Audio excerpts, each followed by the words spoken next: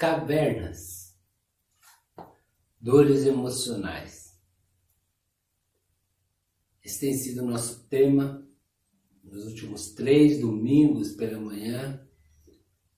Hoje encerraremos esse tema pensando sobre a providência de Deus que nos ajudam a enfrentar as nossas dores emocionais. Pegamos a ideia de cavernas como um lugar sombrio, sem luz, sem muita possibilidade de vida, um lugar gelado, frio, para aplicar as nossas dores emocionais e olhando personagens da palavra de Deus que se esconderam em cavernas ou moraram em cavernas, habitaram em cavernas, mesmo que por um período, e dessas experiências, desses textos, dessas narrativas bíblicas, extraímos lições para as nossas vidas. O nosso texto central de todas essas meditações é o texto do primeiro livro dos Reis, capítulo 19, versículo 9, diz assim: Ali entrou numa caverna e passou a noite, e a palavra do Senhor veio a ele: O que você está fazendo aqui, Elias? Elias é o personagem talvez mais famoso de ter se escondido, de ter passado um tempo dentro de uma caverna. Mas nós pensamos em outros personagens, como por exemplo a família de Ló e suas filhas, que foram dominados pelo medo da vida, dominado pelo medo de enfrentar as realidades que estavam postas diante deles. E eles então passaram a habitar em cavernas. Vimos como que o problema é quando o medo nos paralisa, o pânico. E aprendemos algumas lições com esta narrativa bíblica de Gênesis, que narra a história de Ló nesse episódio. Aprendemos com Gideão, livro dos Juízes, quando nós mesmos cavamos nossas próprias cavernas. Temos ações e atitudes, erramos e depois não temos estrutura emocional para lidar com o sentimento de culpa e com as consequências que as nossas ações atraem para nós, consequências naturais. Mas aprendemos que isso não é o fim da linha. Mesmo se você habita dentro de uma caverna que você mesma acabou, com os seus erros, há esperança. É possível recomeçar. É possível experimentar uma nova realidade de vida. Então você pode voltar nesses sermões, são na sequência dos domingos anteriores, e você vai extrair as lições para as suas vidas. E domingo passado pensamos em Davi, que por conta das circunstâncias em torno dele, sendo perseguido por Saul, ele teve que correr um risco de vida, ele teve que se esconder por um período dentro de uma caverna. Como a sua família foi tirá-lo de lá, como pessoas amigas o acolheram. Nem sempre damos conta da vida.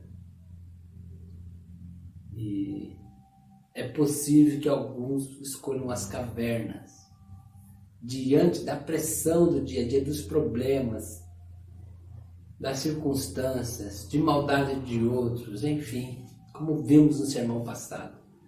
Pessoas vão parar dentro das cavernas, mas é possível sair de lá, enfrentar as dificuldades, superar os problemas, ciente que teremos outros problemas para frente, mas vamos aprendendo a cada dia, sendo estruturados emocionalmente, espiritualmente, fisicamente. Falaremos sobre isso daqui a pouco, para enfrentar as adversidades, os sofrimentos que se colocam diante de nós em nossa vida. Hoje nós vamos falar do profeta Elias. Hoje vamos falar desse profeta, no qual está o texto central das nossas mensagens, capítulo 19, do primeiro livro dos Reis, versículo 9. Nós vamos ler um pouco mais, claro, desse texto hoje, mas vamos pensar um pouco sobre o esgotamento, quando as nossas forças chegam ao fim. Vamos pensar no esgotamento físico, no esgotamento mental, emocional, e vamos pensar no esgotamento espiritual. Nós vamos dividir a constituição humana nesses termos hoje, nessa mensagem, por uma questão didática e de poder apresentar esse sermão. Eu sei que existem outras maneiras de divisão, você também sabe. Podemos pensar no âmbito social, podemos pensar na família. Várias pessoas vão subdividindo mental, emocional, sentimental, dividindo emoções e sentimentos. Mas por uma questão didática de apresentar o texto bíblico, nós vamos pensar nesses 3 esgotamentos. O esgotamento físico, juntos o esgotamento mental, emocional e o esgotamento espiritual. Foi a experiência de Elias. Eu preciso repetir aqui, que eu já disse nos outros sermões, nós não temos nenhuma pretensão de substituir o seu tratamento ou substituir um profissional da saúde que lida com as questões psíquicas, psicológicas, emocionais. É uma palavra buscando trazer uma ajuda de Deus para nós. E para ajudar no seu tratamento, se você já o faz, ou despertar ao tratamento, ou uma prevenção, mas não temos a pretensão de substituir nenhum tratamento, seja terapêutico, seja medicamentoso, sejam os dois juntos. A ideia é ajudar com a palavra a superarmos nossas dores emocionais. Vamos para o texto, então. Primeiro livro dos Reis, capítulo 19. Eu quero pensar com vocês sobre dores cavernas, dores emocionais, a partir desse texto. Ora, Acabe contou a Jezabel tudo o que Elias tinha feito e como havia matado todos aqueles profetas à espada. Por isso Jezabel mandou um mensageiro a Elias dizer-lhe que os deuses me castiguem com todo rigor, se amanhã esta hora não fizer com a sua vida o que você fez com a vida deles. Elias teve medo e fugiu para salvar a vida. Em Berseba de Judá ele deixou o seu servo e entrou no deserto, caminhando um dia. Chegou a um pé de Jesta, sentou-se debaixo dele e orou pedindo a morte. Já tive o bastante, Senhor, tira a minha vida. Não sou melhor que os meus antepassados. Depois se deitou debaixo da árvore e dormiu. De repente um anjo tocou nele e disse: levante-se e coma. Elias olhou ao redor e ali, junto à sua cabeça, havia um pão assado sobre brasas quentes e um jarro de água. Ele comeu, bebeu e deitou-se de novo. O anjo do Senhor voltou, tocou nele e disse: levante-se e coma, pois a sua viagem será muito longa. Então ele se levantou, comeu e bebeu. Fortalecido com aquela comida, viajou 40 dias e 40 noites até chegar a Horebe, o monte de Deus. Ali entrou numa caverna e passou a noite. E a palavra do Senhor veio a ele: o que você está fazendo aqui, Elias? Ele respondeu: tenho sido muito zeloso pelo Senhor, o Deus dos exércitos. Os israelitas rejeitaram a tua aliança, quebraram os teus altares e mataram os teus profetas à espada. Sou o único que sobrou, e até agora estão procurando matar-me. O Senhor lhe disse: sai, fique no monte, na presença do Senhor, pois o Senhor vai passar. Então veio um vento fortíssimo que separou os montes e esmigalhou as rochas diante do Senhor. Mas o Senhor não estava no vento. Depois do vento veio um terremoto, mas o Senhor não estava no terremoto. Depois do terremoto houve um fogo, mas o Senhor não estava nele. E depois do fogo houve um murmúrio de uma brisa suave. Quando Elias ouviu, puxou a capa para cobrir o rosto, saiu e ficou à entrada da caverna. E uma voz lhe perguntou: o que você está fazendo aqui, Elias? Ele respondeu: tenho sido muito zeloso pelo Senhor, o Deus dos exércitos.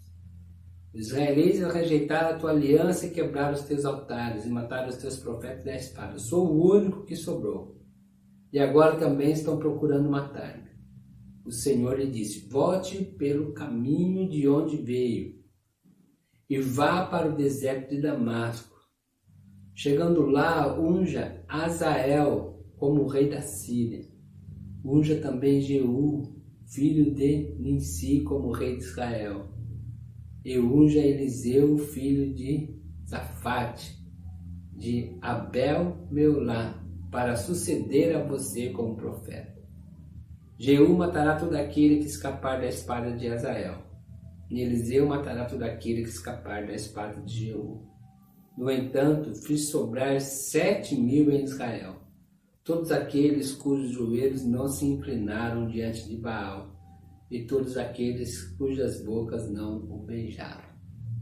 Então, aqui é a história do nosso personagem Elias, que experimentou um esgotamento total de suas forças. Se formos nos lembrar aqui a trajetória de Elias até esse ponto, pelo menos a trajetória recente, a gente percebe que ele estava sujeito mesmo a esse tipo de esgotamento.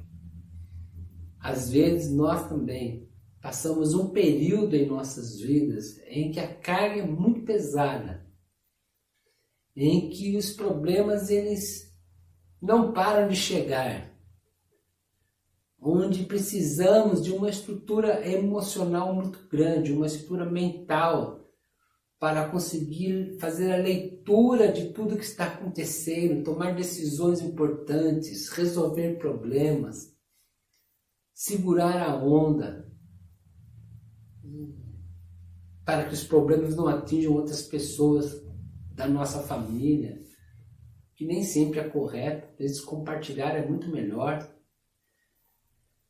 Às vezes queremos absorver tudo sozinhos e levar a carga sozinhos.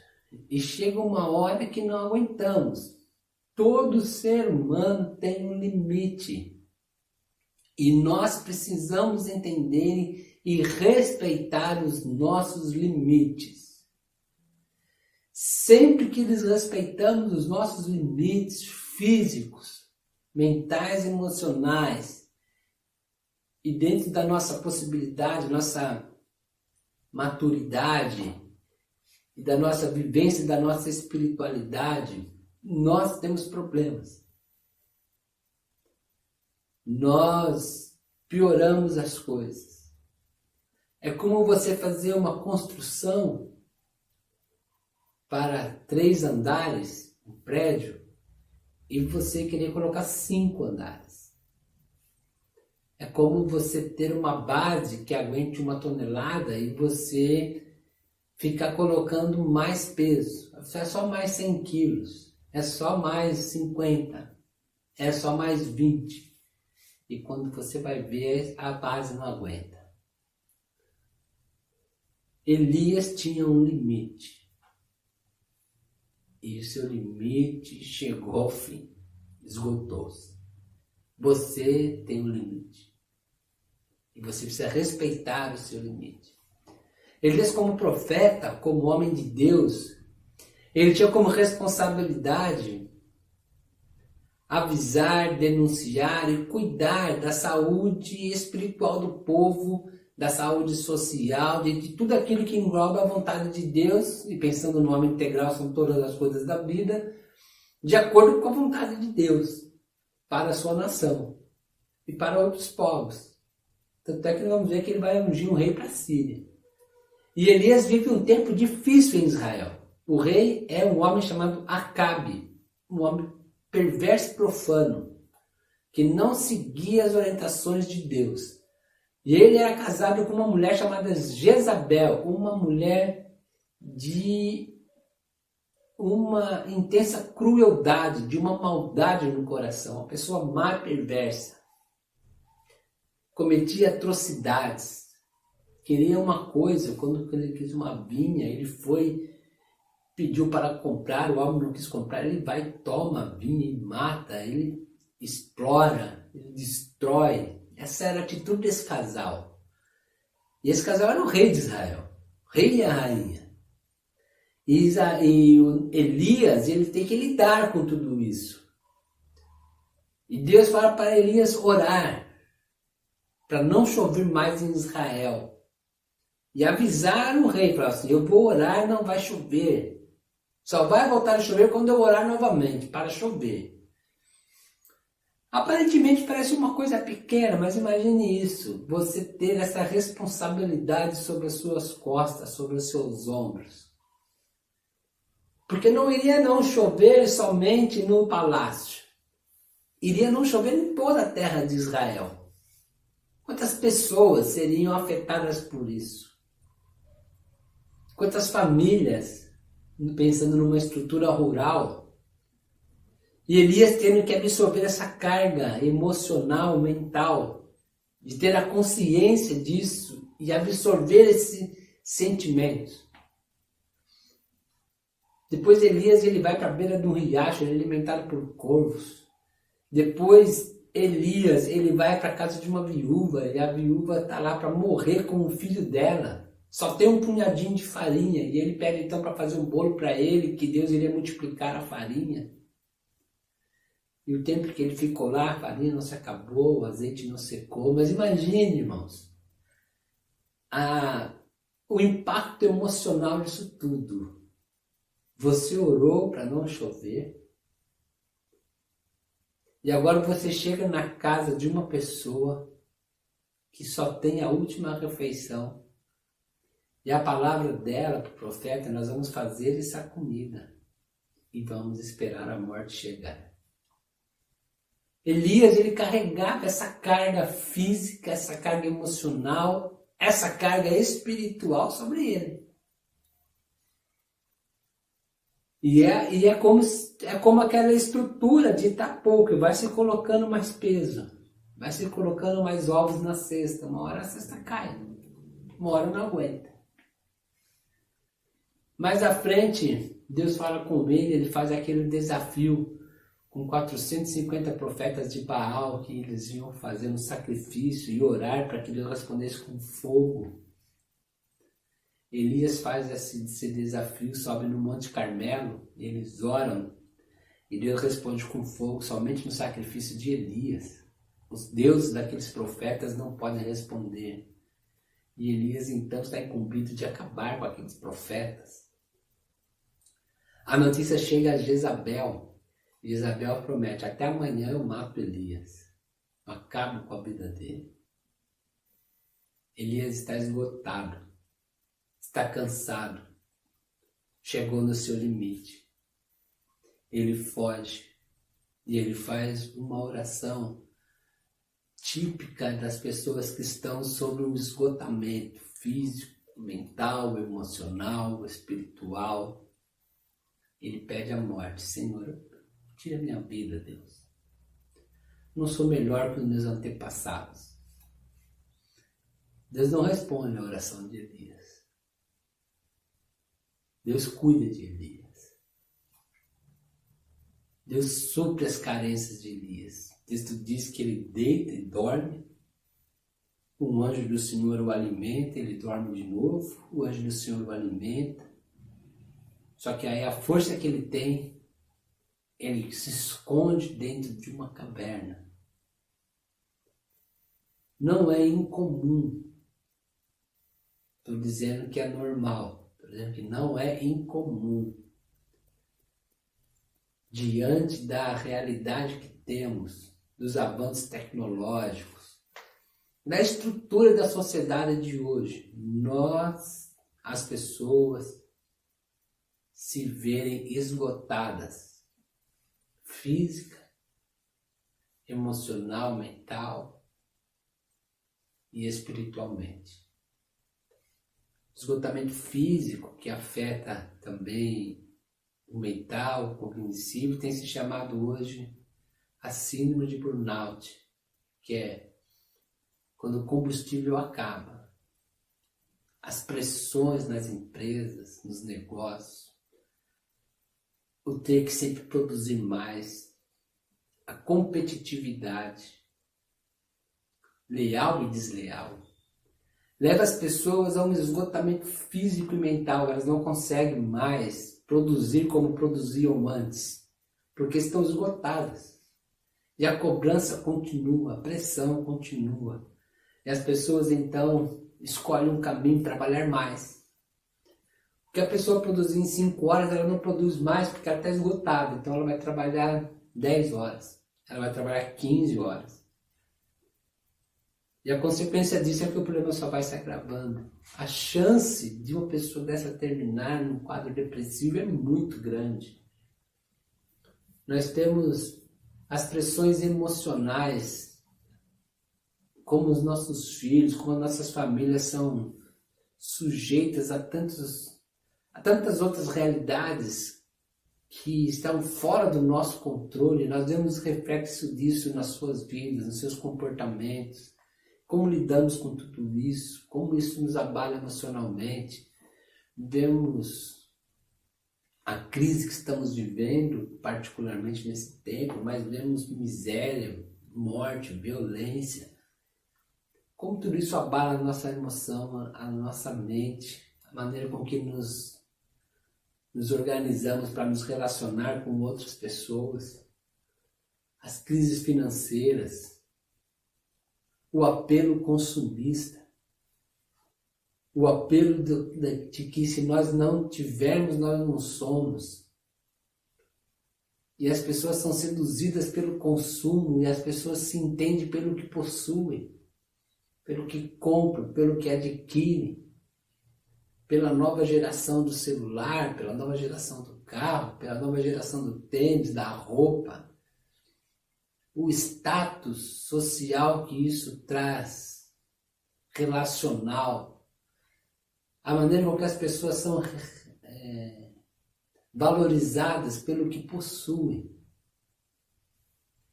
Eu me lembro de um professor que contou uma experiência na época que a Fiat lançou vários carros, faz tempo, século passado. Ele tinha um Fiat Uno. Quando saiu o Uno, era novidade.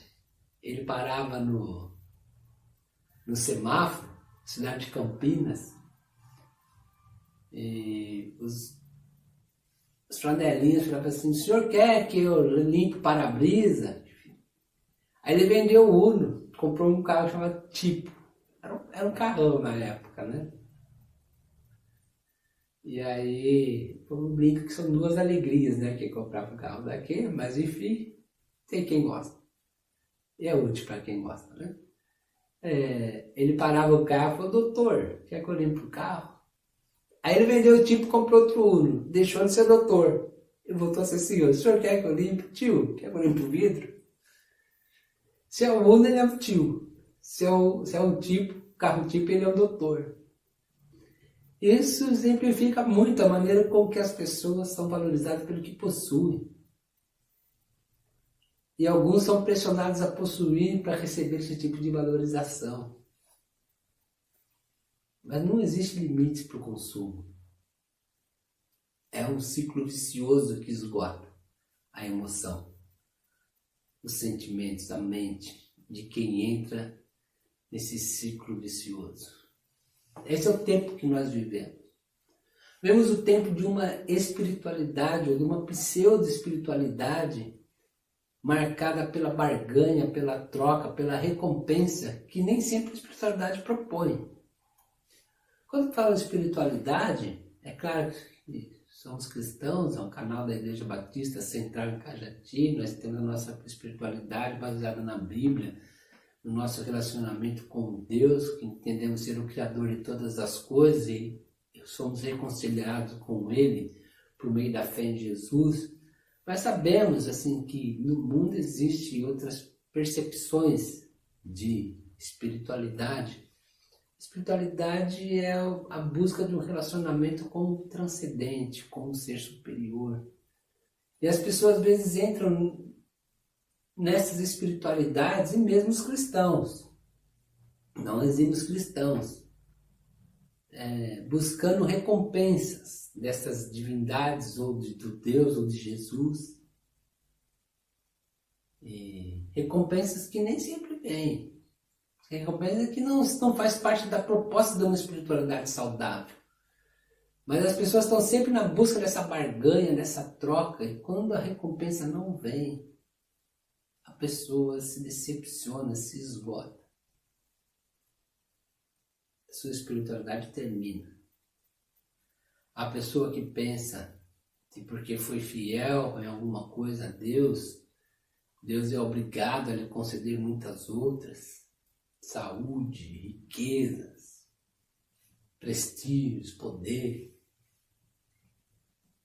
que na verdade é bem contrária à proposta da espiritualidade bíblica.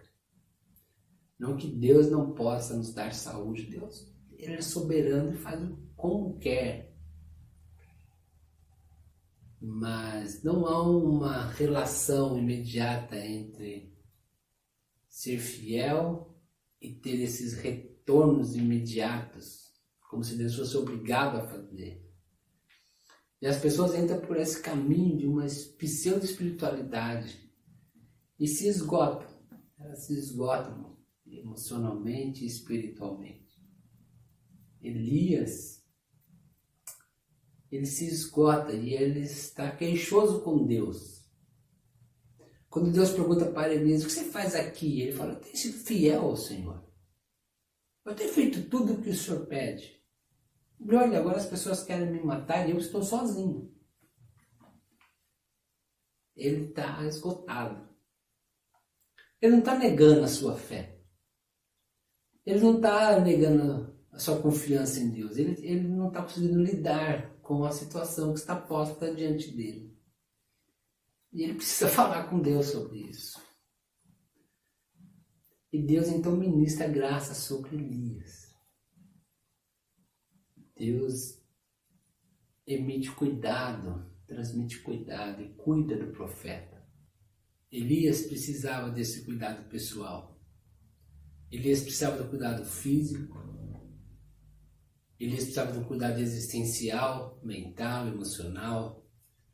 Elias precisava do cuidado na sua espiritualidade. Encontramos para o texto, nós vemos Deus cuidando de Elias. Elias dorme, o anjo do Senhor o alimenta. Depois ele dorme novamente, o anjo do Senhor o alimenta. Só assim ele pode prosseguir. Nós vemos Deus chamando Elias a uma reflexão pessoal, uma restauração existencial, a um cuidado emocional, mental, dos seus objetivos, dos seus projetos de vida e de como que a possibilidade de exercer a sua vocação ainda estava plenamente à sua disposição. Nós vemos Deus perguntando para Elias, o que você está fazendo aqui, Elias? Por 2 vezes. Elias tem que parar e pensar sobre a sua vida. Depois Deus fala para Elias, volte pelo seu caminho. Você tem uma estrada para percorrer, você tem um caminho, você tem uma história, você tem projetos, você tem vocação. Aplicando para nós, temos famílias, temos ideias, temos possibilidades. Volte para o seu caminho. Nós vemos Deus cuidando dos sentimentos de solidão. Ele fala, você não está sozinho. Tem 7.000 que ainda não dobraram os joelhos a Baal. Você tem apoio, você tem família, você tem amigos. Nós vemos Deus chamando Elias para a porta da caverna e manifestando a sua presença sobre a vida dele. e mandando que ele exercesse a sua vocação. Vai ungir um rei na Síria, vai ungir um rei em Israel, vai fazer discípulos, vai fazer um discípulo que vai ser seu sucessor. Deus cuida, Deus trata de Elias, do seu esgotamento. Você não vê uma palavra de condenação a Elias. Deus não dá uma palavra de condenação. Deus trata do coração de Elias, da sua mente, do seu físico, da sua espiritualidade e o coloca no seu caminho de volta. Quando olhamos o ministério de Jesus, nós vemos Jesus agindo dessa maneira para si mesmo e para com os discípulos. Quando João Batista é decapitado em Mateus 14, ele procura um lugar isolado para cuidar das suas emoções. O povo o segue, ele cura, ministra, multiplica os pães, mas depois ele vai para o lugar isolado. Nós temos em Mateus 6, quando os discípulos voltam da sua jornada que Jesus os envia, e aí a multidão está junto, e eles querem passar um relatório, e eles não conseguem nem comer no cuidado para as pessoas. Jesus fala, vamos para um lugar deserto, vamos descansar. Vocês precisam refazer, o corpo físico de vocês tem um limite, vocês precisam descansar, vocês precisam se alimentar. Nós vemos Jesus subindo no Monte das Oliveiras para orar, quando o temor chega perto, quando a traição está próxima. Em Lucas 22 nós lemos que a afirmação da seguinte maneira: Jesus foi para o Monte das Oliveiras como era de costume. Era habitual para Jesus investir na sua espiritualidade. Fazendo isso, Jesus se torna modelo para nós. Jesus se tornava modelo para os seus discípulos. E Jesus estava cuidando dessa maneira dos seus discípulos. Chama 2 ou 3, vai para o Monte da Transfiguração. Jesus cuidava da parte física, emocional, espiritual, mental dos seus discípulos. Não é diferente com você.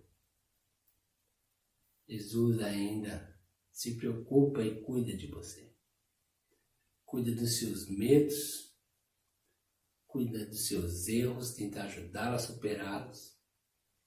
Cuida das circunstâncias que estão à volta e quer ajudar a lidar com a questão do esgotamento. A nossa oração é que essas mensagens possam chegar na sua casa e você possa sentir o amor de Jesus por vocês. É muito significativo quando Deus chama Elias para a porta da caverna. E Deus se manifesta a ele. E o texto nos diz que vem um vento muito forte que despedaça as pedras, mas Deus não estava no vento. Vem um terremoto, Deus não estava no terremoto. Vem o fogo, Deus não estava no fogo. Vem uma brisa suave. E Elias percebe a presença de Deus de uma forma tão plena que ele esconde o rosto. Nós corremos o risco de ter uma espiritualidade e de tentar tocar as nossas vidas na base do sensacionalismo. A gente quer ver milagres, poderes, manifestações. Quando Jesus está agora na sua casa, derramando seu amor por você e por sua família, como uma brisa suave. E a nossa oração é que você possa sentir esse amor de Jesus por você, que vai te fortalecer a sair da caverna e experimentar a vida que Ele tem para você e para sua família. Nossa oração é que você possa perceber as presenças de Jesus e o amor incondicional de Jesus por você. O amor que nunca falha. 1 Coríntios 13 nos ensina que o amor tudo sofre, tudo crê, tudo espera, tudo suporta. O amor nunca falha. O amor de Jesus para você não vai falhar, nunca falha. vai te ajudar a lidar com as suas dores emocionais. Vai te ajudar a sair da sua caverna. Que o Senhor te abençoe. Você possa desfrutar e perceber esse grande amor de Jesus por sua vida. Para isso vamos orar. Senhor, que a tua